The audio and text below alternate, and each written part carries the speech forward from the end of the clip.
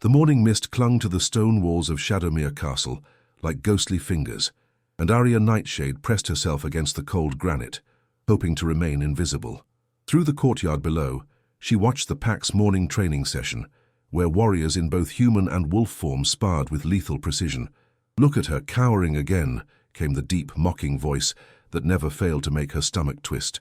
Alpha Kale Stormclaw emerged from the shadows, his imposing 6'4" frame radiating the kind of authority that made even the strongest betas bow their heads. His steel-grey eyes locked onto her hiding spot with predatory accuracy. The great shame of the Nightshade bloodline. Arya's fingers curled into fists against the stone. The Nightshade name had once commanded respect throughout the kingdom of Lunaris, but that was before the Great Purge 20 years ago, before her family was branded as traitors to the crown. Now she was the last of her line, a weak Omega barely tolerated by the Stormclaw pack that had reluctantly taken her in. "I wasn't hiding," she said, lifting her chin despite the tremor in her voice. "I was observing." Kyle's laugh was sharp as winter wind. "Observing? Is that what we're calling cowardice now?" He stepped closer, close enough that she could smell his scent, pine and leather and something wild that spoke to the wolf part of her soul. "When was the last time you shifted, Nightshade?" "A month. 2. The question hit like a physical blow. Her wolf had always been weak, barely able to maintain the shift for more than a few minutes before exhaustion claimed her. In a world where strength determined status, her inability to fully embrace her wolf nature made her less than nothing. "That's what I thought." Kyle's voice dropped to a cruel whisper. "Your bloodline is poison, Arya. Weak blood breeds weak wolves. Perhaps it's time we stopped pretending you belong here." The other pack members had gathered now, drawn by their alpha's voice. Arya saw the mixture of pity and disgust in their faces, the same expressions she'd endured for the past decade. Beta Marcus looked almost sympathetic, while the other Omegas seemed grateful it wasn't them facing Kyle's wrath. "My father died protecting this kingdom," Arya said, her voice stronger now, fueled by a spark of anger she rarely let show. "The Nightshade family has served the crown for centuries. Your father was executed for treason," Kyle corrected harshly, "and his daughter proves that corruption runs in the blood. Look at yourself. You can barely maintain your wolf form. You have no mate prospects, and you contribute nothing to this pack beyond taking up space and resources." Each word was calculated to wound, and they found their mark. Arya felt something crack inside her chest, a pain that had nothing to do with wounded pride. But beneath the hurt, something else stirred, a flicker of warmth in her core that she'd never felt before. "You're right," she said quietly, and Kyle's eyebrows rose in surprise. "I am weak. My wolf is pathetic. My bloodline is considered cursed." She stepped forward, and for just a moment, Kyle looked uncertain. "But weakness isn't permanent, Alpha Stormclaw. And bloodlines, well, sometimes they hold surprises." The warmth in her chest pulsed once like a heartbeat, and several wolves in the courtyard lifted their heads, nostrils flaring as if catching an unfamiliar scent. Arya felt a strange tingling in her fingertips, but before she could examine the sensation, it faded. Kyle's expression hardened again. "Pretty words from someone who can't even shift on command. Report to the kitchens. At least there your weakness won't endanger anyone." As the crowd dispersed and Kale strode away, Arya remained against the wall, her heart racing. The warmth in her chest had cooled, but it hadn't disappeared entirely. For the first time in her life, she wondered if there might be more to her heritage than shame and weakness. She didn't notice the ancient tome in the castle's library beginning to glow with silver light, responding to magic that had been dormant for over 2 decades. Chapter 2. Awakening Shadows. That night, Arya found herself drawn to the castle's library, a vast, dimly lit chamber filled with centuries of accumulated knowledge. As the pack's unofficial researcher, she'd spent countless hours here, but tonight felt different. The very air seemed to hum with expectation. She'd come seeking information about her family's true history, hoping to find something beyond the official records that branded them as traitors. Her fingers traced the spines of ancient texts until they found one she'd never noticed before, a leather-bound tome that seemed to pulse with its own inner light. "The Chronicle of the First Wolves," she whispered, reading the silver script that seemed to shift and dance before her eyes. The moment her skin touched the cover, that strange warmth exploded through her body like liquid fire. Images flooded her mind. wolves the size of horses running beneath a blood-red moon, their eyes glowing with ancient power. A woman who looked startlingly like Arya stood at the center of a great ritual, silver light pouring from her hands as she bound the very essence of the moon to her bloodline. Impossible, Arya breathed, but even as she spoke, her body was changing. The chronic fatigue that had plagued her all her life began to lift, replaced by a strength that made her bones feel like they were forged from starlight. The book fell open in her hands, pages turning of their own accord until they stopped on a passage written in the old tongue. Somehow she could read it perfectly. When the moon bleeds and the last daughter wakes, the power of the first shall return, to break the chains of the false king's making. She who was deemed weak shall prove strongest, and the wolf within shall sing with the voice of ages. The last daughter, Arya whispered, and as the words left her lips, the transformation began in earnest. Her wolf, which had always been small and sickly, suddenly exploded with power. She felt her consciousness expand, felt connections forming to every wolf within 100 miles, but more than that, she could sense their emotions, their thoughts, their very souls. The sensation was overwhelming. Through the pack bonds, she felt Kael's sleeping mind, dreams troubled by images of silver eyes and ancient prophecies he didn't understand.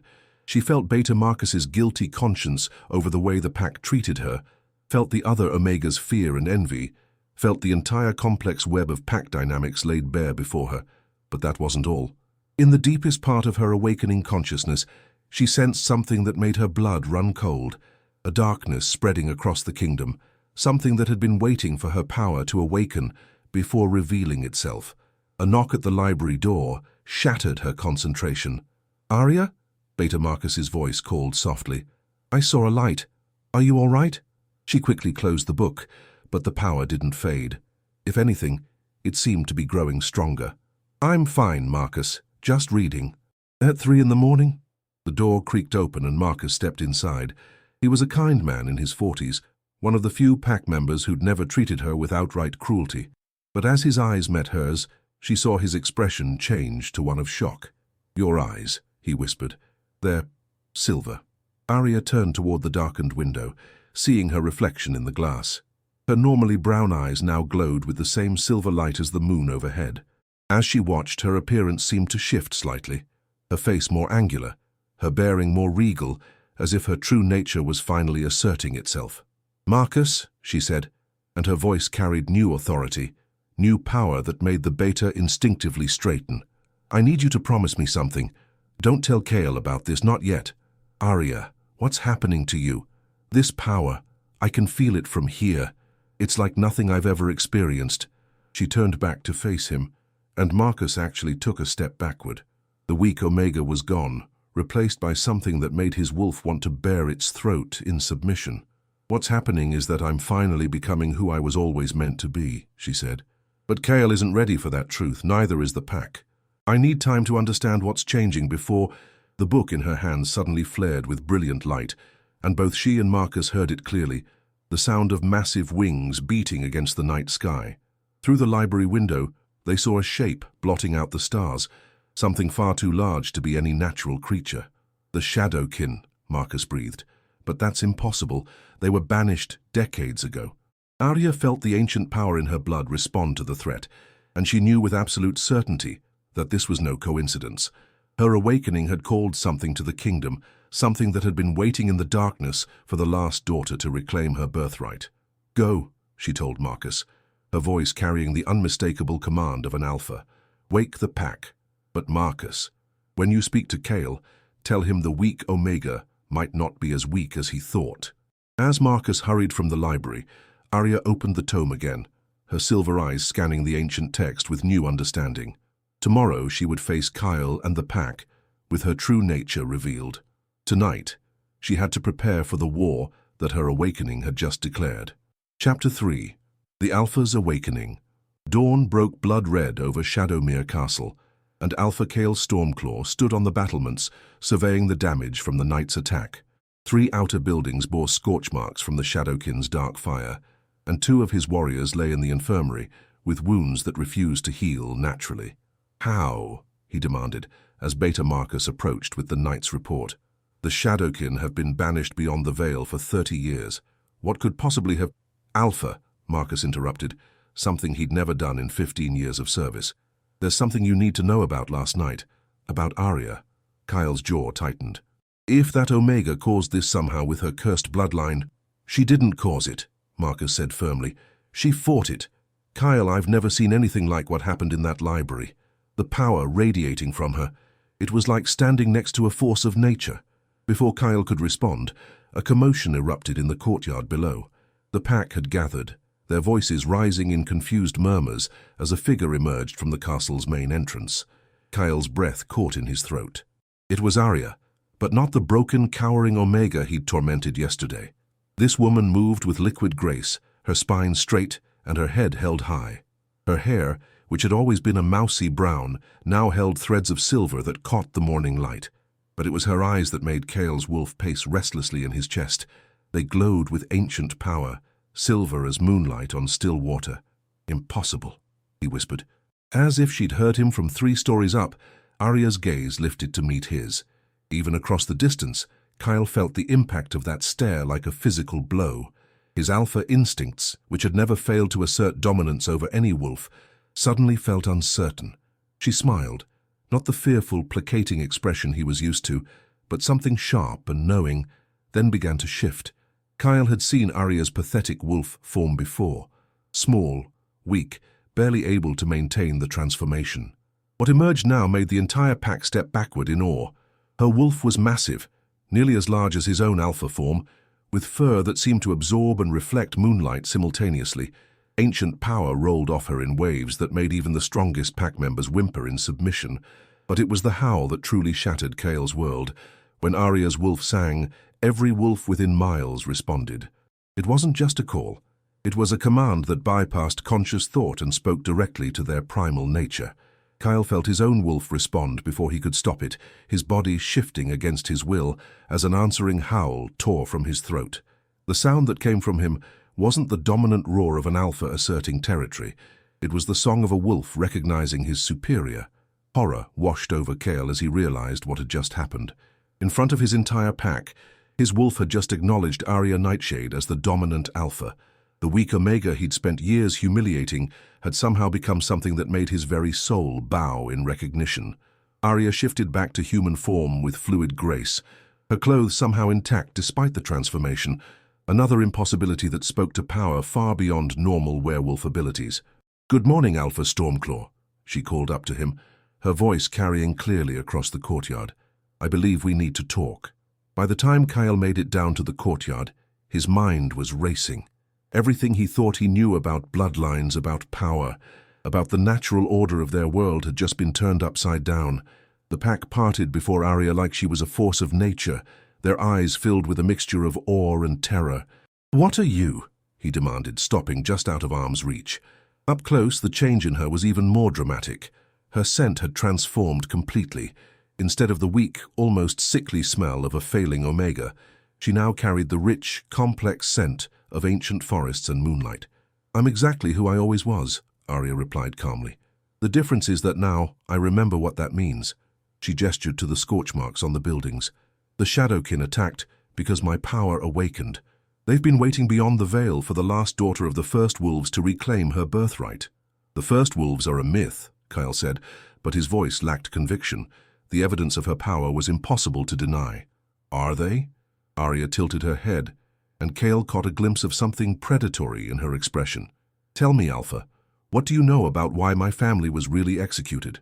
The question hit him like a physical blow. Kyle had been young when Lord Nightshade was put to death for treason, but he'd always accepted the official story without question. Now, faced with the impossible transformation of the man's daughter, doubts began to creep in. "Your father betrayed the crown," he said automatically. "He was caught conspiring with enemies of the kingdom." "My father discovered that King Aldrich wasn't the rightful ruler," Arya corrected, her voice carrying new authority. "He learned that the true royal bloodline, the bloodline descended from the First Wolves, still lived. He was executed because he threatened to expose the usurper." The pack murmured uneasily at this claim. To suggest that King Aldrich, who had ruled for 30 years, was illegitimate was tantamount to treason. But the power radiating from Arya made it impossible to dismiss her words outright.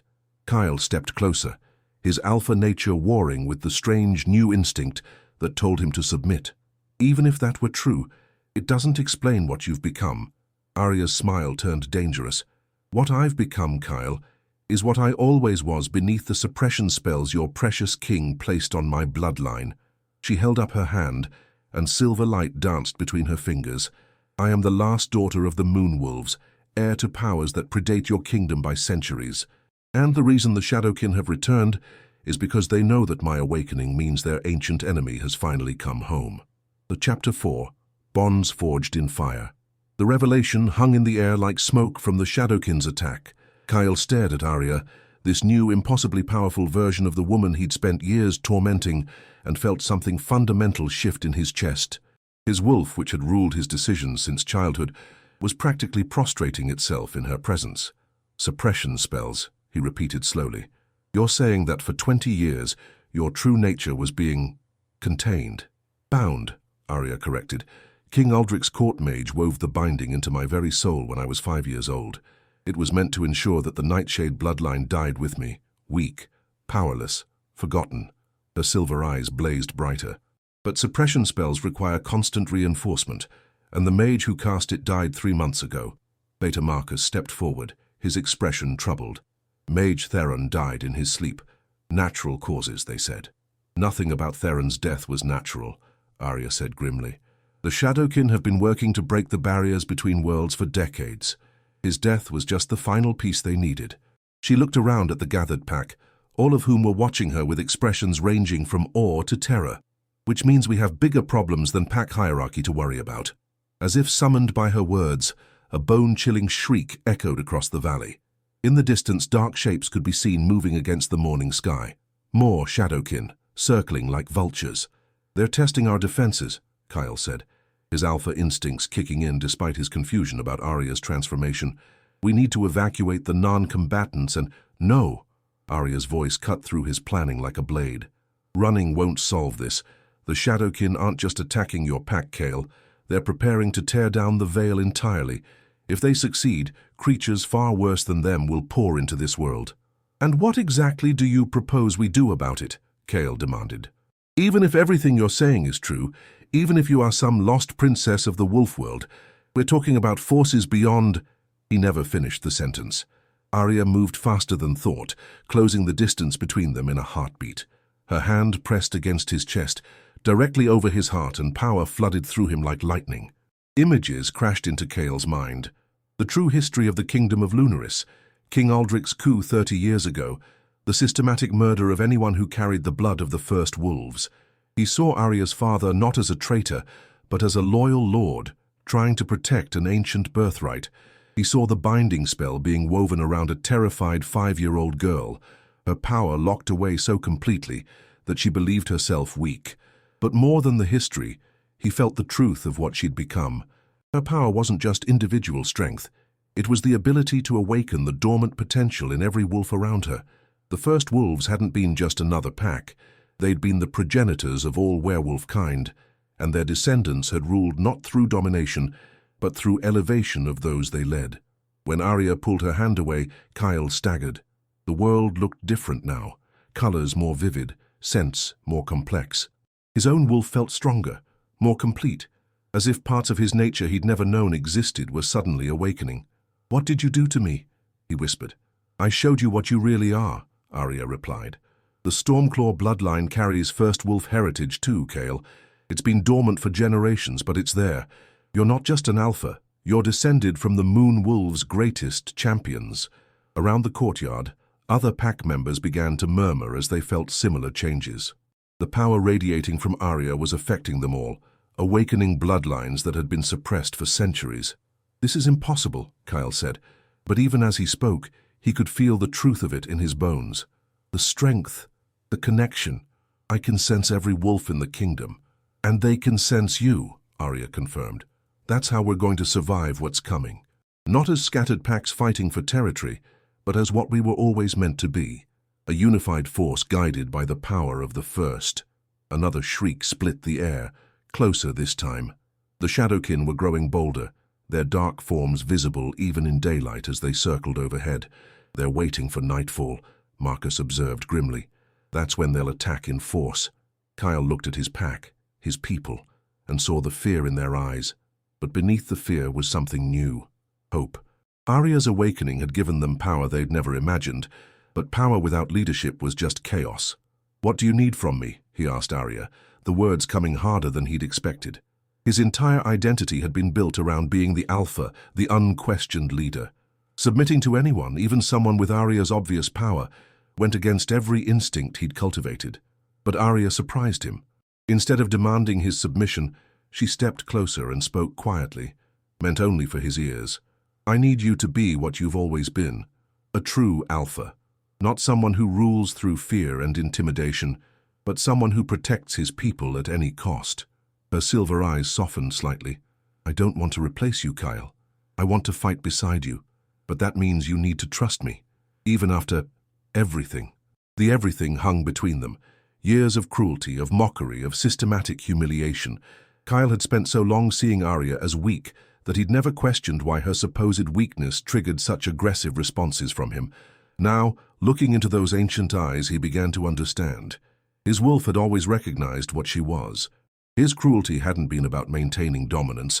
It had been about fighting an attraction he didn't understand, a pull towards someone he'd been taught to see as beneath him.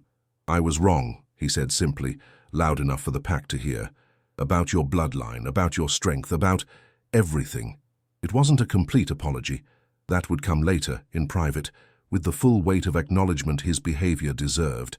But it was a start, and Arya seemed to understand that. "We'll have time to sort out the past later," she said. "Right now we need to prepare for war."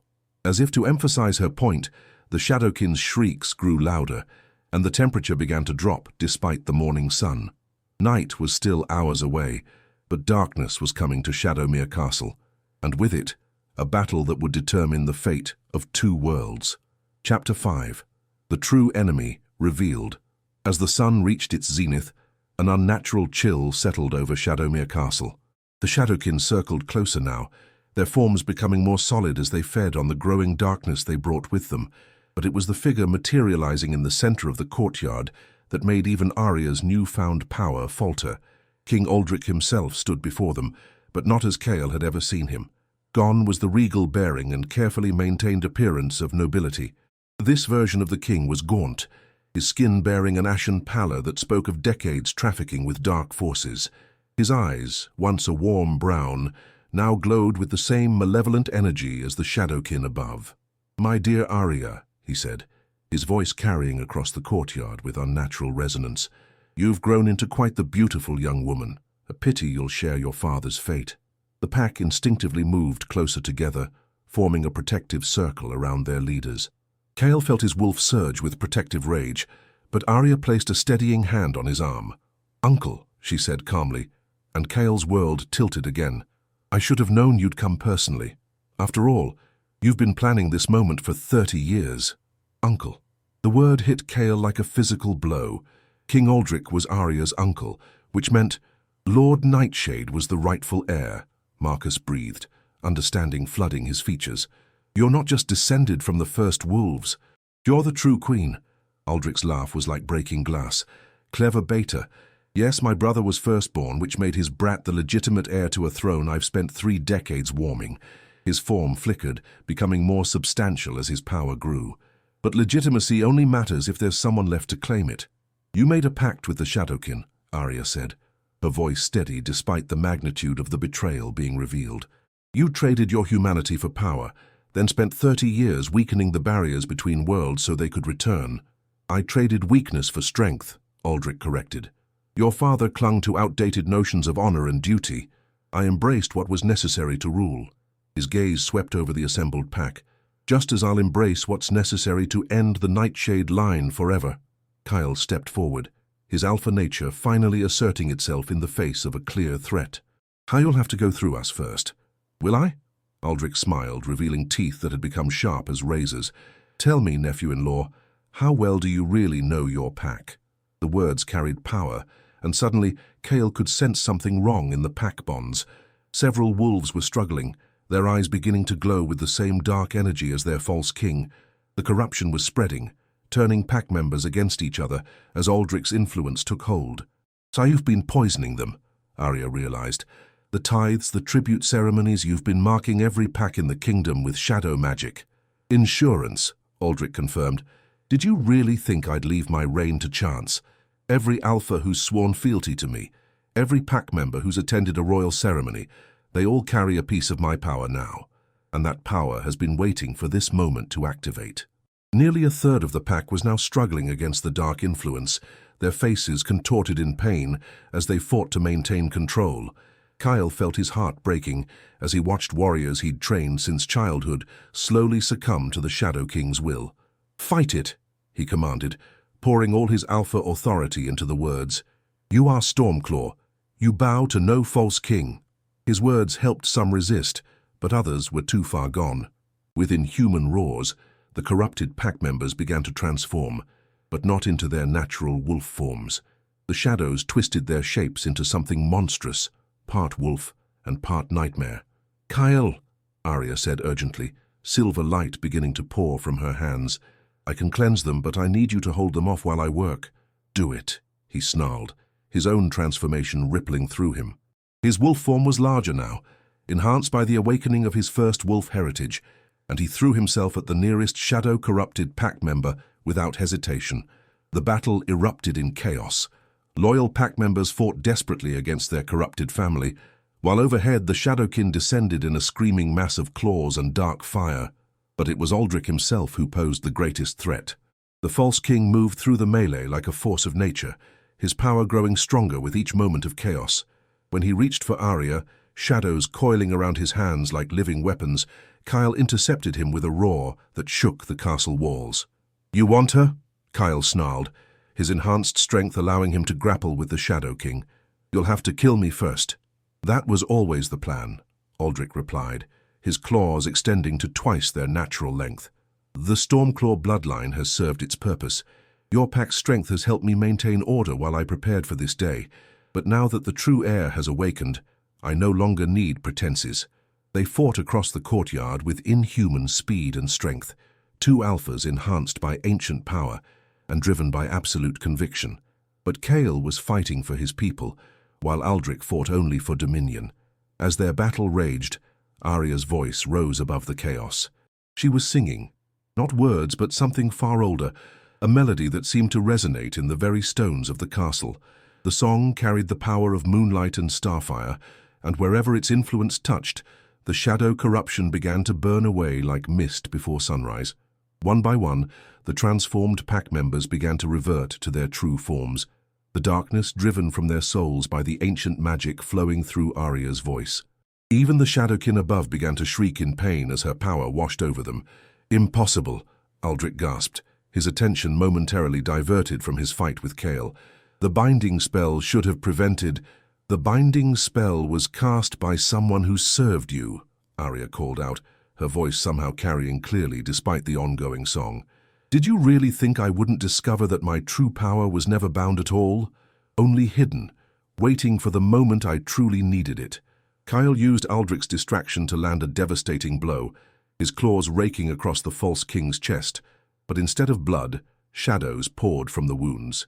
"You cannot kill what has already died," Aldrich laughed, his form beginning to shift and blur. "I traded my mortality for power decades ago. I am beyond your reach now, niece.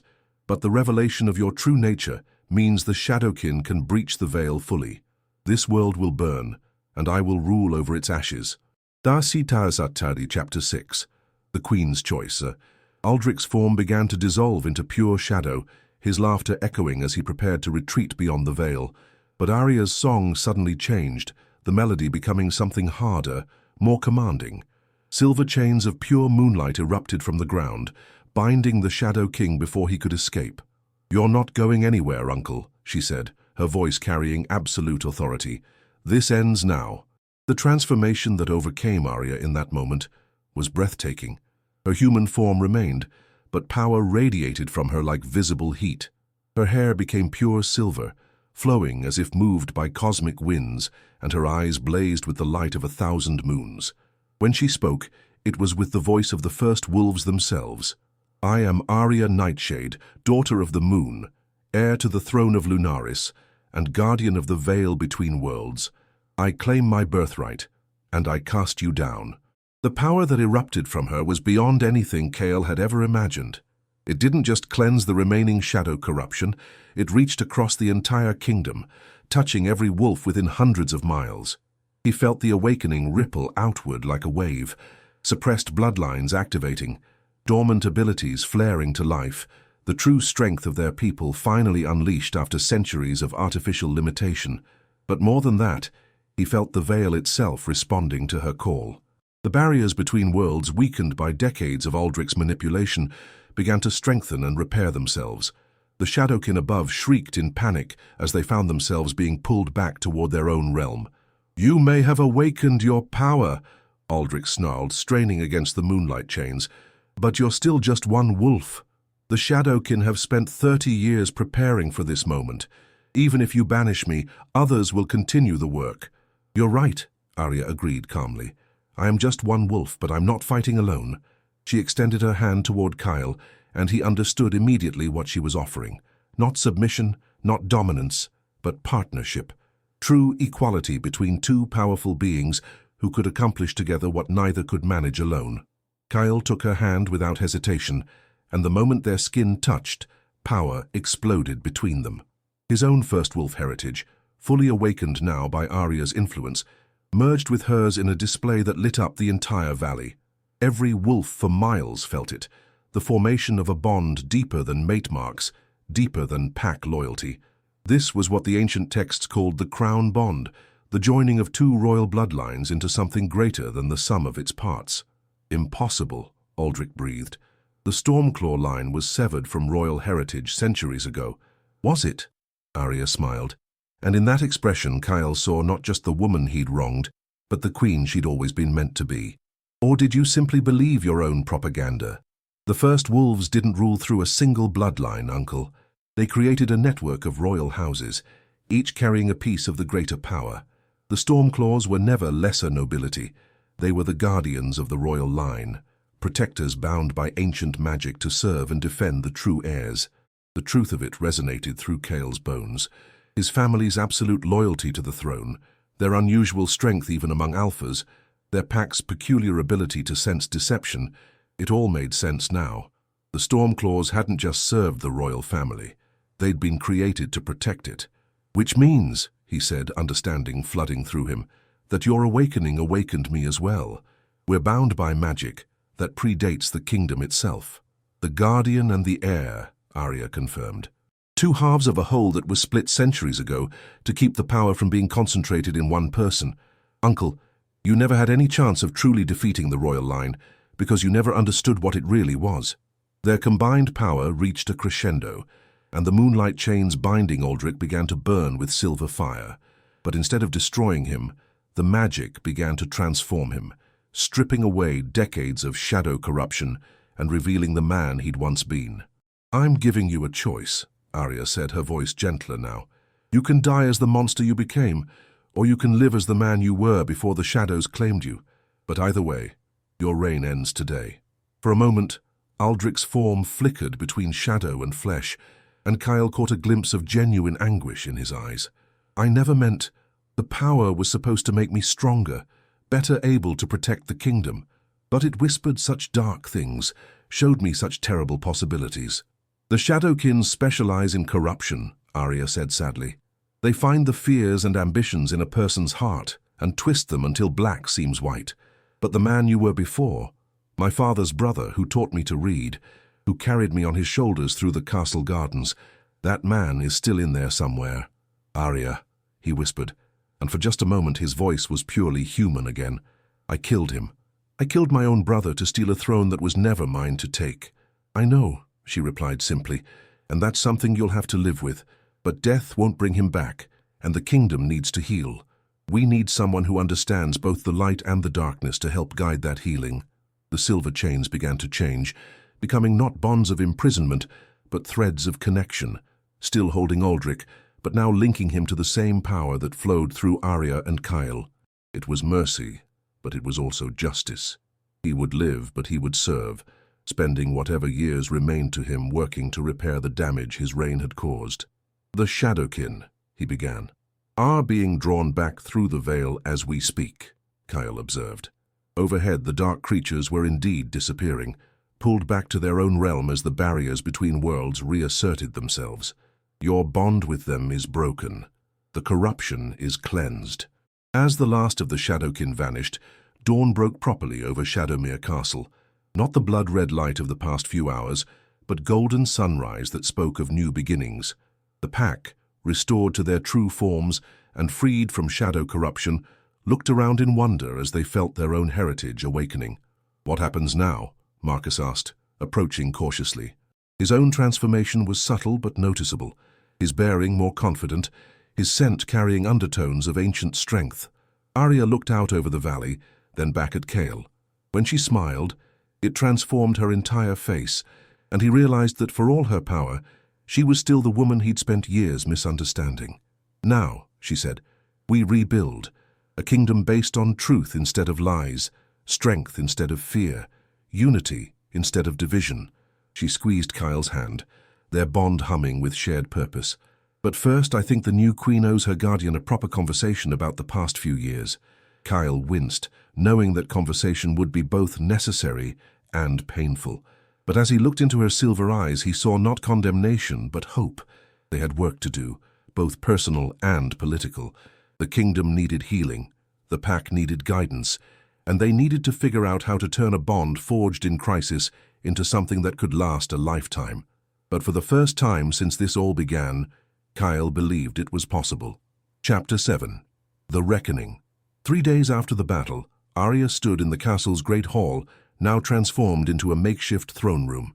The ancient seat of power, a chair carved from moonstone that had sat empty for 30 years, hummed with recognition as she approached it. But she didn't sit.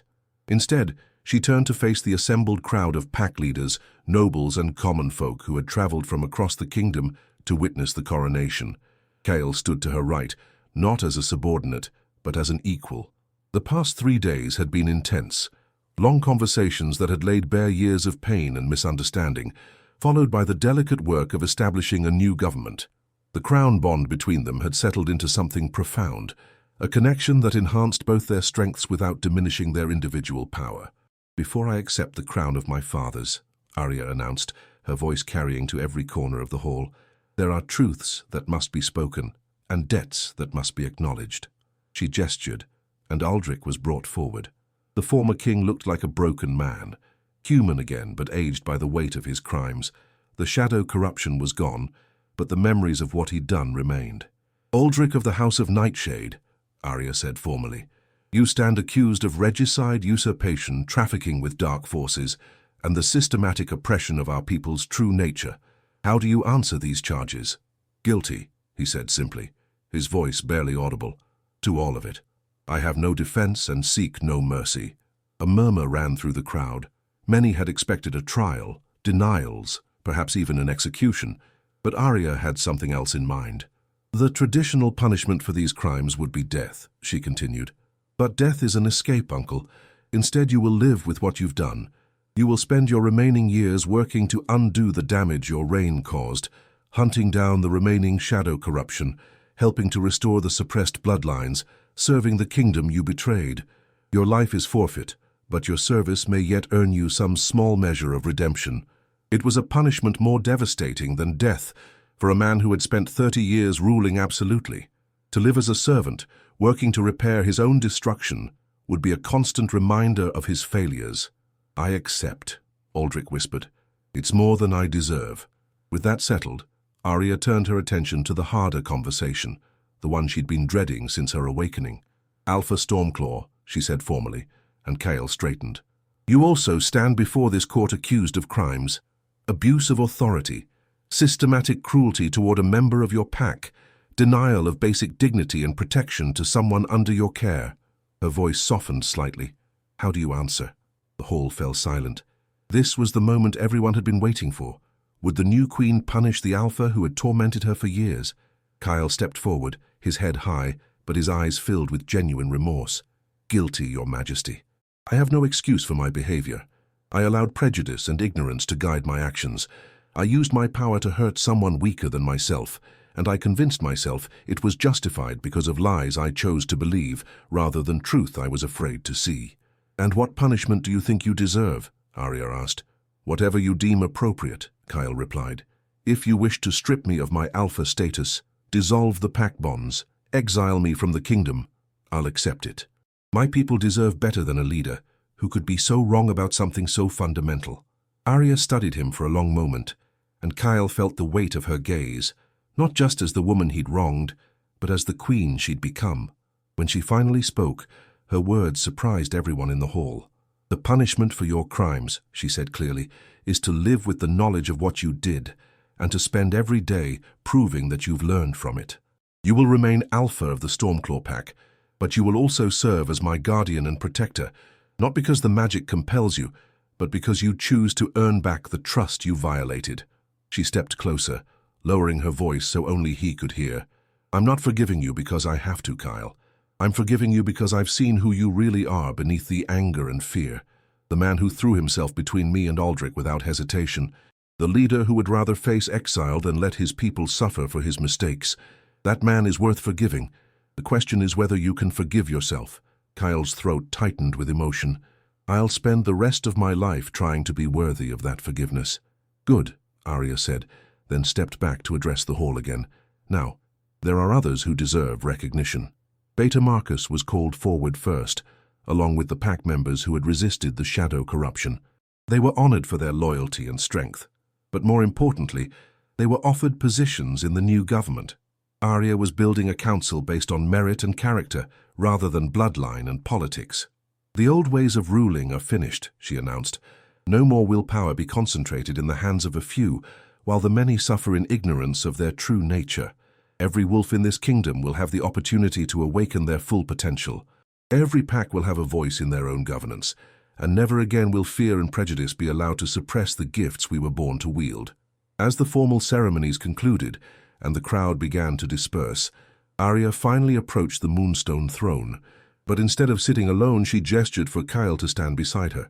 "The throne was meant for two," she explained to the confused onlookers. "Guardian and heir, protector and protected, two halves of a whole that rules through partnership rather than dominance. The crown bond isn't just about power, it's about balance."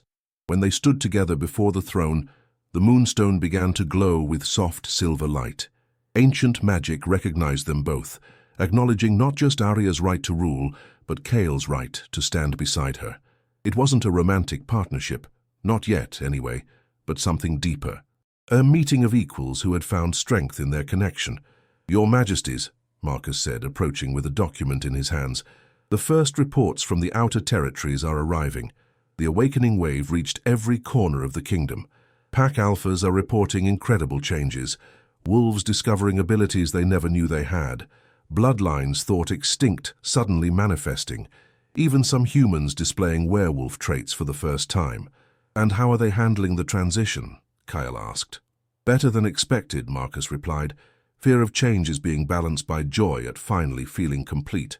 There are some conflicts as pack hierarchies shift to accommodate newly powerful members, but nothing we can't manage with proper guidance." Arya nodded. "Send word to all alphas that royal advisors will be visiting each territory over the coming weeks. We need to ensure the transition happens smoothly and that no one abuses their newly awakened power the way—" She stopped herself before saying, "the way you abused yours." But Kyle heard the implication anyway. "The way I did," he finished for her. "I'll make sure the message is clear. Power without responsibility is tyranny, regardless of how that power was obtained." As the evening progressed and the last of the visitors departed, Arya and Kale found themselves alone in the Great Hall for the first time since the coronation began. The Moonstone throne continued to glow softly, and the silence between them was comfortable rather than tense. "Do you think we can make this work?" Kale asked finally. "Not just the kingdom, but us. This bond, this partnership. Everything that happened between us before will always be part of our history," Arya interrupted. "But it doesn't have to define our future. We're different people now, Kyle. The question is whether we can build something new on the foundation of who we've become." He looked at her, really looked at her, and saw not the broken Omega he'd tormented, or even the powerful queen she'd revealed herself to be. He saw Arya, complex and strong and willing to take enormous risks for the chance at something better. "I'd like to try," he said simply. "So would I," she replied, and for the first time since her awakening, her smile was purely human. "But fair warning, I have very high standards for the men in my life now." Kyle laughed, surprising them both. "Good thing I have time to meet them." Selasim Marisi di Tintado Chapter 8. New Bonds. 6 months after the coronation, the kingdom of Lunaris was virtually unrecognizable. The awakening wave had not only restored suppressed bloodlines, but had fundamentally changed how werewolf society functioned. Pack hierarchies that had been rigid for centuries suddenly became fluid, with wolves discovering abilities that transcended traditional alpha, beta, omega classifications. Arya stood on the castle's highest tower, watching the morning training session in the courtyard below. What she saw would have been impossible under the old system. Wolves of all ranks sparring together as equals, their newly awakened abilities creating combinations of power that no one had imagined possible. "The Healers Guild is requesting another meeting," Kyle said, joining her at the balcony. In the month since the coronation, he had grown into his role as both guardian and co-ruler. The arrogant alpha who had once ruled through intimidation had evolved into a leader who commanded respect through competence and fairness. "What's the issue this time?" Arya asked, though she suspected she already knew. "The same as always. Too many newly awakened wolves with healing abilities and not enough structure to train them properly. 3 more cases this week of accidental power surges during medical procedures." Arya sighed. It was a problem they'd been dealing with across all sectors of society. When an entire population suddenly gained access to abilities they'd never known they possessed, growing pains were inevitable. "Tell them we'll establish regional training centers," she decided. "Experienced healers can take on apprentices, and we'll provide funding for proper facilities. But I want oversight. No one masters healing magic without understanding the responsibility that comes with it." "Already anticipated that," Kale said, producing a scroll from his jacket. "Marcus drafted the proposal last week. We just needed your approval to move forward." Arya smiled as she reviewed the document. The efficiency that had developed between her inner circle still amazed her sometimes. Marcus had proven invaluable as a coordinator, able to translate between the old guard nobles who were struggling with change and the newly empowered wolves who were eager to reshape society entirely. "This looks good. What about the situation in the Northern Territories?" Kyle's expression darkened slightly. "More complicated. Alpha Greystorm is having trouble accepting that 3 of his former Omegas now outrank him in terms of raw power. He's requesting clarification on pack hierarchy protocols." "By clarification, you mean he wants permission to suppress them again?" "That's my interpretation, yes." Arya set down the scroll and turned to face Kale fully. This was the kind of decision that would set precedent for the entire kingdom. Handle it wrong, and they could spark conflicts between traditionalists and progressives that would tear the realm apart. "Send word to Alpha Greystorm that the Crown will be visiting his territory next week," she said after a moment's thought. "If he's struggling with the new reality, then he needs to see firsthand how successful packs are adapting. And if he refuses to adapt, then he'll be replaced by someone who can." Arya's voice carried the steel that had emerged along with her power. "The old ways nearly destroyed us, Kale. I won't let fear of change drag us back into that darkness." Before Kale could respond, a commotion in the courtyard below caught their attention. A group of riders had arrived, their wolves lathered with sweat, and their riders bearing the urgent tension of messengers with critical news.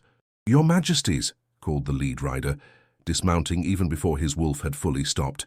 "Message from the eastern border. It's about the Shadowkin." Arya and Kyle exchanged grim looks. The Shadowkin were supposed to be banished, the veil reinforced and impenetrable, but both of them had worried that the creatures might find another way through. Minutes later, they sat in the council chamber with Marcus and the exhausted messenger, a young beta named Carissa, who served as a scout for the border patrols.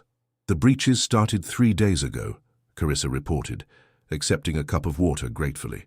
"Small ones at first, just glimpses of shadow moving where shadow shouldn't be. But this morning we found a whole section of forest that had been changed." "Changed how?" Arya asked, though the growing cold in her chest suggested she already knew. "Drained," Carissa replied. "Every living thing for 100-yard radius was dead, not killed, but emptied. The trees, the grass, even the insects, all of them reduced to grey husks, and in the center of it all claw marks in the ground that formed symbols." Symbols? Kyle leaned forward intently. What kind of symbols? Carissa pulled a sheet of paper from her pack, revealing rough sketches of geometric patterns that seemed to shift and writhe even as static drawings. The local shaman says they're summoning circles. Someone on this side of the veil is calling the Shadowkin back. The silence that followed was heavy with implication. Banishing Aldrich's allies had been relatively straightforward. They were wolves corrupted by shadow magic, but still fundamentally of this world. If someone was actively working to breach the veil again, it meant they were dealing with a traitor who understood both realms. Any suspects? Arya asked finally. That's the problem, Your Majesty. The symbols are too complex for anyone without extensive magical training. We're looking at someone with court mage-level knowledge. Theron is dead, Marcus pointed out, and his apprentices were all cleared by our investigators. His apprentices that we know about, Kyle corrected grimly. Theron served Aldrich for 30 years. Who knows how many secrets he kept, how many students he trained in shadow magic. Arya stood and began pacing, her mind racing through possibilities. The awakening had destabilized more than just pack hierarchies. It had also disrupted the careful balance of magical forces that protected the kingdom. Someone with the right knowledge could potentially exploit those disruptions. We need to assume this is organized and deliberate, she decided. Carissa returned to the border with a full investigative team. I want those symbols copied exactly, the affected area cordoned off, and every mage in the Eastern Territories questioned. If someone is trying to summon Shadowkin, they'll need continuing access to sites of power. What about the Northern Territories? Marcus asked. Should we postpone the visit to Alpha Greystorm? No, Arya said firmly. If anything, this makes it more urgent. We need every pack united and strong if we're facing another shadow incursion. Greystorm can either get with the program or get out of the way. As the meeting dispersed and preparations began for both the border investigation and the northern visit, Kyle lingered behind. Arya could feel his concern through their bond, not just about the Shadowkin threat, but about her. You're pushing yourself too hard, he said quietly. The kingdom's problems aren't all yours to solve personally, aren't they? Arya turned to face him, and Kyle saw the weight she'd been carrying in her silver eyes. I awakened the power that destabilized everything. Every conflict between traditionalists and progressives, every magical accident, every breach in the veil. It all traces back to the night I embraced what I really was, and every life saved, every suppressed wolf who can finally be their true self, every pack that's stronger and happier than they've been in generations, that traces back to the same night. Kale moved closer, not quite touching, but close enough that she could feel his warmth. You didn't create these problems, Arya. You revealed them. The corruption was always there. You just gave people the power to fight back against it. Sometimes I wonder if that's enough justification for all the chaos. It is, Kyle said with absolute certainty. And you know how I know? Because 6 months ago I was part of that corruption. I used my power to hurt someone weaker than myself, and I convinced myself it was natural, inevitable, even necessary. But you didn't just show me I was wrong. You gave me the chance to become something better. Arya looked at him, really looked at him, and saw the truth of his transformation written in every line of his face. The cruel alpha who had tormented her was gone, replaced by a man who had faced his worst impulses and chosen to be better. We should get some rest before tomorrow, she said finally. If we're going to convince Greystorm to embrace change, we'll need all our diplomatic skills. And if diplomacy fails, Arya's smile carried a hint of the power that slumbered in her blood. Then we'll remind him why challenging the crown is a poor life choice. As they prepared to leave the council chamber, neither of them noticed the small shadow that detached itself from a corner and slipped away through a crack in the stone. Some corruptions ran deeper than they'd realized, and some enemies were closer than they knew. The second war for Lunaris was about to begin. Chapter 9. The Betrayal Within. The journey to the Northern Territories took 2 days through increasingly harsh terrain. By the time Arya and Kale's party reached the Greystorm Packlands, storm clouds were gathering overhead, an ominous portent that felt all too appropriate. Alpha Greystorm's territory was a stark contrast to the thriving communities they'd passed through earlier. Where other packs had embraced the changes brought by the Awakening, building new training facilities and establishing councils that included wolves of all ranks, the Greystorm lands felt frozen in time. The pack members they encountered kept their eyes downcast, and Arya could sense the familiar weight of suppression magic in the air. He's been using binding spells, Kyle murmured as they approached the main compound. Weaker versions of what Aldrich used on you, but designed to keep the awakened wolves from accessing their full power. Illegal, Arya replied grimly, and extremely dangerous. Suppression magic creates pressure. Push it down long enough, and eventually it explodes. As if to prove her point, a sudden crack of magical energy split the air near the stables, followed by a young wolf's cry of pain and frustration. Through their enhanced senses, they could smell the sharp scent of magical backlash and scorched earth. Alpha Greystorm emerged from the main lodge as they dismounted, a massive man in his 50s with iron-grey hair and the kind of presence that had once commanded absolute authority. But Arya could see the strain in his eyes, the fear of a leader watching his world crumble around him. "Your Majesties," he said, offering a bow that was technically correct, but noticeably shallow. "Welcome to my territory, though I must say, your timing is challenging." "So we noticed," Arya replied coolly. "Perhaps we could discuss why you're using illegal binding spells on members of your own pack." Greystorm's expression hardened. "I'm maintaining order. These abilities that appeared after your awakening are dangerous when uncontrolled. 3 buildings have been damaged, 2 wolves injured, and productivity has dropped by 40% as everyone struggles with powers they don't understand. Which is why we established training programs," Kyle pointed out. "Your pack received the same resources as everyone else." "Resources run by youngsters who think tradition means nothing," Greystorm snapped. "Omegas trying to teach alphas, betas claiming they can outfight seasoned warriors. It's chaos. The natural order exists for a reason." Arya felt her temper flare, but before she could respond, another magical surge ripped through the compound. This time it was stronger, strong enough to shatter windows and send several pack members stumbling. "Where did that come from?" she demanded. Greystorm's face had gone pale. "The detention facility. We had to confine some of the more dangerous cases until you imprisoned pack members for awakening." Kyle's voice carried the full weight of alpha authority, and several nearby wolves instinctively bowed their heads. "I contained threats to pack safety," Greystorm insisted, but he was backing toward the lodge. "The binding spells were supposed to keep them stable until proper solutions could be." His words were cut off by an explosion that lit up the evening sky. In the distance, a building that must have been the detention facility was wreathed in silver flames. Not destructive fire, but the wild magic of awakened wolves finally breaking free of their constraints. "How many?" Arya asked, already moving toward the crisis. "Dozen," Greystorm admitted reluctantly. "Maybe 15, but they're dangerous, unstable. They're terrified and angry," Arya corrected, breaking into a run. "And you just gave them every reason to see you as an enemy." The scene at the detention facility was chaos. The building itself was gone, reduced to rubble by the explosion of released magic. But the real danger came from the freed wolves, whose powers were surging wildly after months of forced suppression. Lightning crackled from one woman's hands, while another seemed to be phasing in and out of visibility. A young man stood in the center of it all, his body wreathed in silver flames that responded to his emotional state. "Stay back!" he shouted as Arya approached. "We won't go back in those cages. We won't let you bind us again."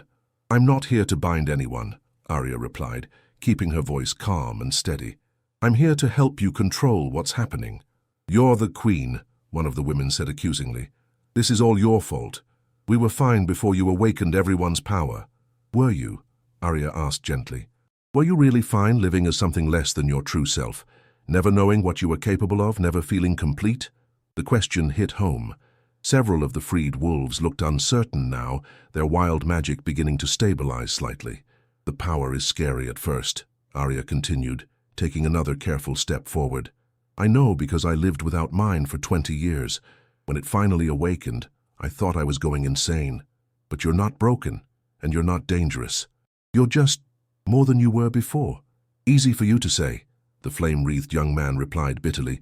"You weren't locked in a cell for 3 months because your alpha was afraid of you." "No," Arya agreed. "I was mocked and humiliated for years because my alpha thought I was weak. But fear makes people do terrible things, whether they're afraid of weakness or afraid of strength." Behind her, she could sense Kyle's presence. Not aggressive or threatening, but supportive. Through their bond, she felt his steady confidence in her ability to resolve this peacefully. "What happens now?" asked the woman who could phase. Greystorm will never accept us. Half the pack thinks we're monsters. Then you have choices to make, Arya said simply. You can stay and fight to change minds gradually. You can transfer to packs that will appreciate your abilities. Or you can form your own pack and create something entirely new.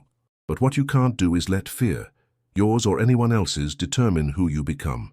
One by one, the wild magic began to settle as the freed wolves made contact with her power. Not suppression, Arya was careful to avoid anything that might feel like binding, but guidance. A steady presence that helped them find their own centers.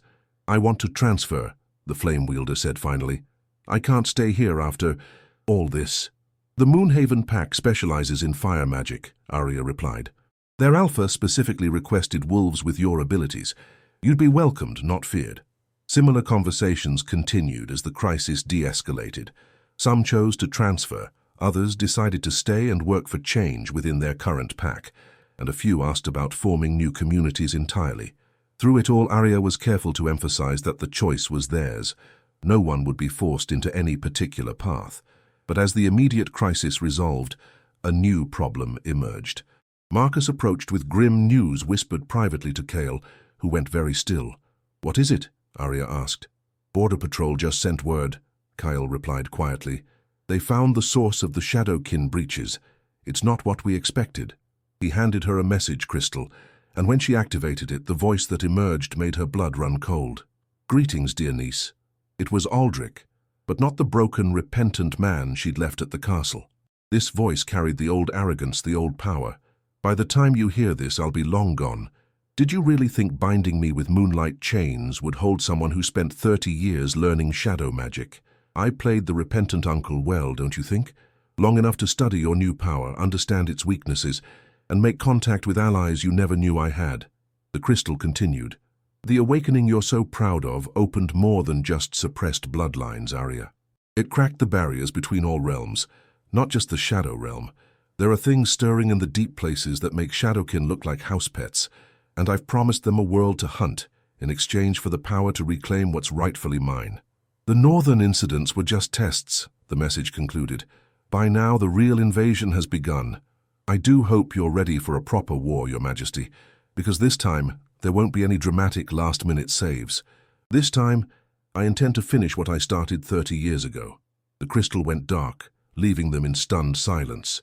Around them, the newly freed wolves were still celebrating their liberation, unaware that a much greater threat was descending on the kingdom.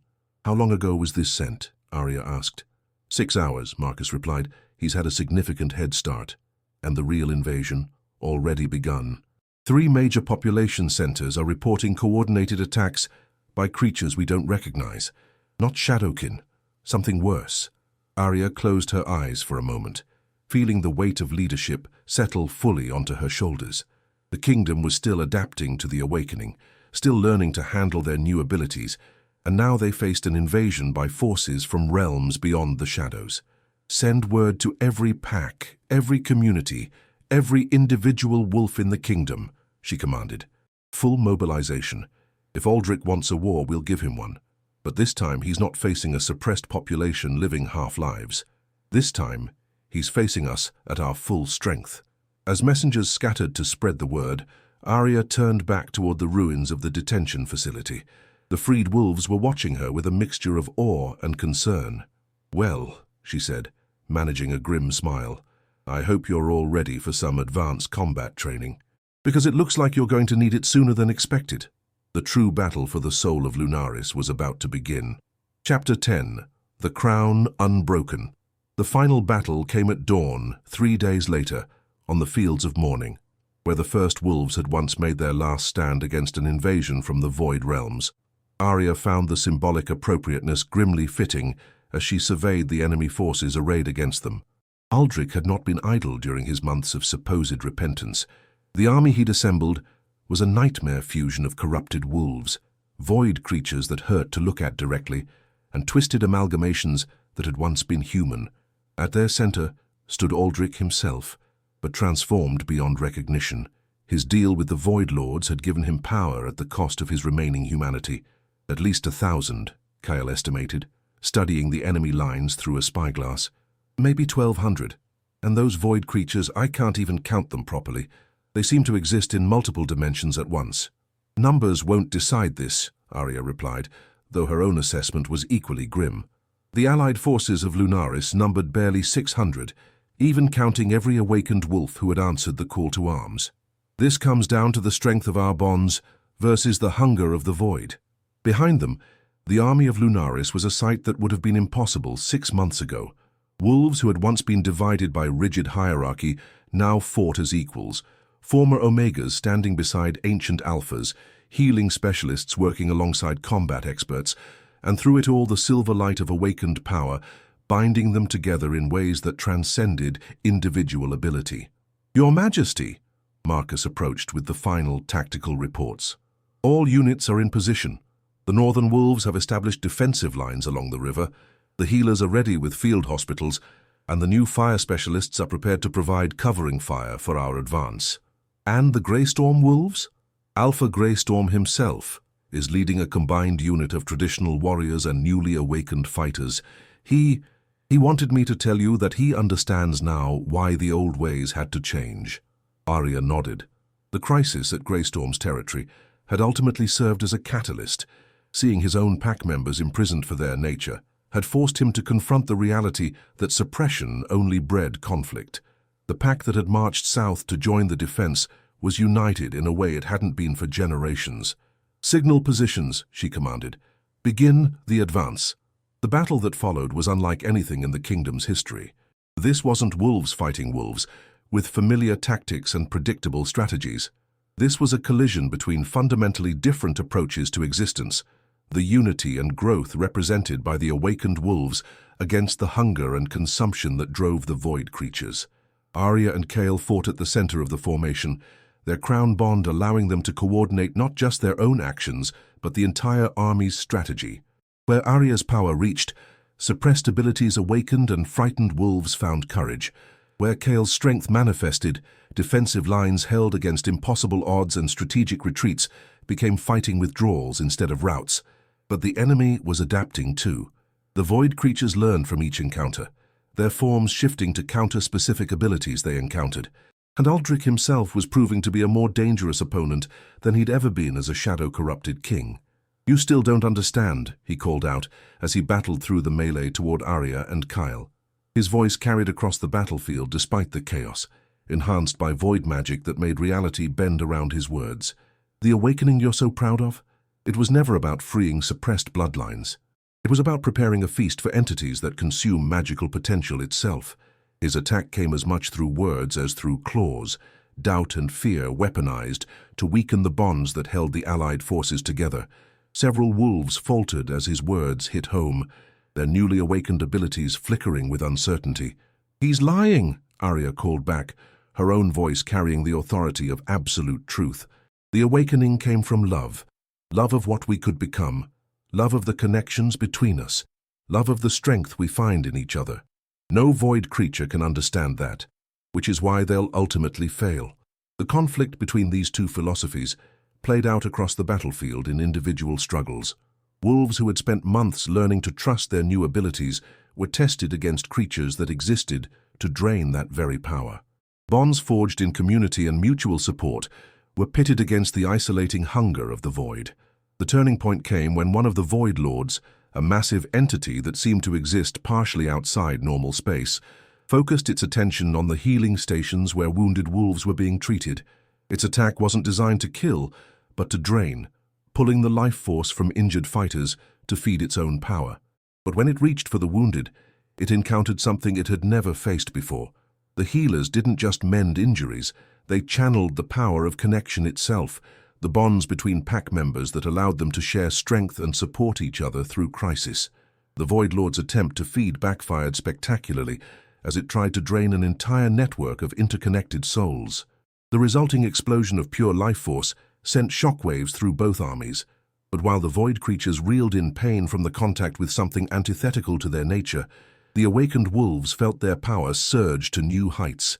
"Now!" Arya shouted, and the entire allied army pressed their advantage. What followed was less a battle than an exorcism. The void creatures, cut off from their source of power and unable to adapt to the network-based magic of the awakened wolves, began to collapse back into whatever realm they'd emerged from. The corrupted wolves, freed from void influence, either fled or surrendered as their true natures reasserted themselves. That left only Aldrich. He stood alone in the center of the battlefield, his monstrous form wavering as the void magic that sustained him began to fail. But even diminished, he was still incredibly dangerous, a being powered by decades of accumulated malice and the borrowed strength of entities that existed to unmake reality. "This ends now, Uncle," Arya said, approaching him with Kyle at her side. "Surrender, and we'll find a way to separate you from the void corruption. There might still be enough of the man you were to save."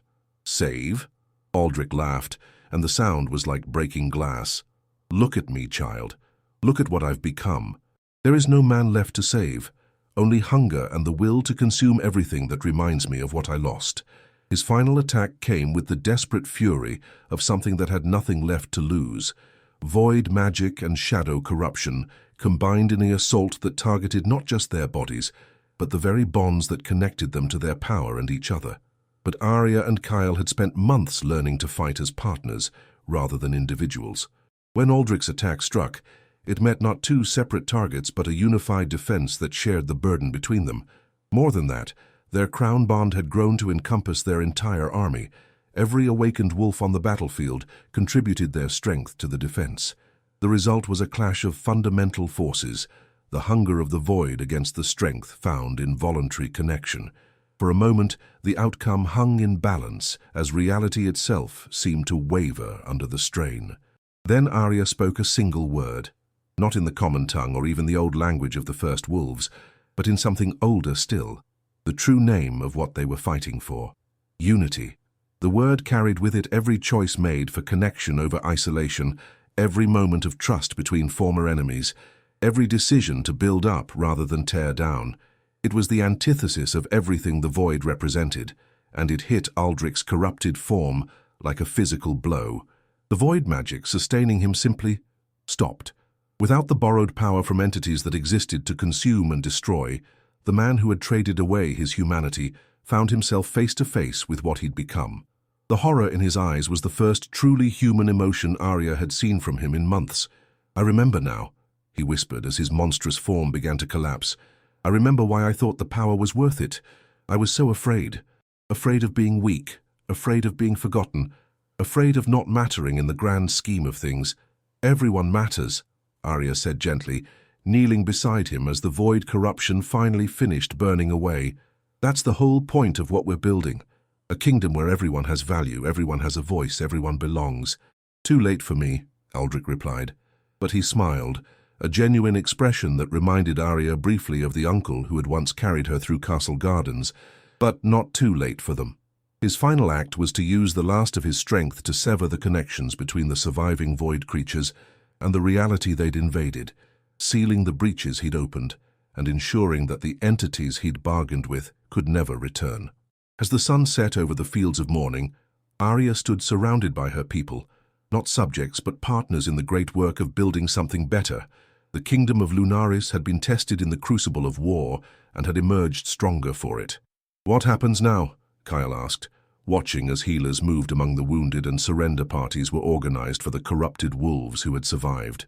"Now we rebuild," Arya replied, taking his hand. "But this time, we build something that can't be torn down by fear or jealousy or the hunger for power over others. We build something based on the bonds between us rather than the dominance of a few." "And us?" he asked quietly. "What happens to us?" Arya looked at him. This man who had been her tormentor, then her partner, and was now something she was still learning to define. The crown bond between them had evolved far beyond its original magical purpose, becoming something chosen and cherished rather than simply imposed by ancient magic. "I think," she said, her smile carrying all the warmth that had been missing from her life for so many years, "that we figure it out together. One day at a time, one choice at a time, for as long as we both want to keep choosing each other." As the first stars appeared overhead, the new kingdom of Lunaris settled into an era of peace that would be built on the simple revolutionary idea that strength came not from standing above others, but from standing together. The last bloodline had awakened not just her own power, but the power that lived in the connections between all of them, and that power, once awakened, would never sleep again.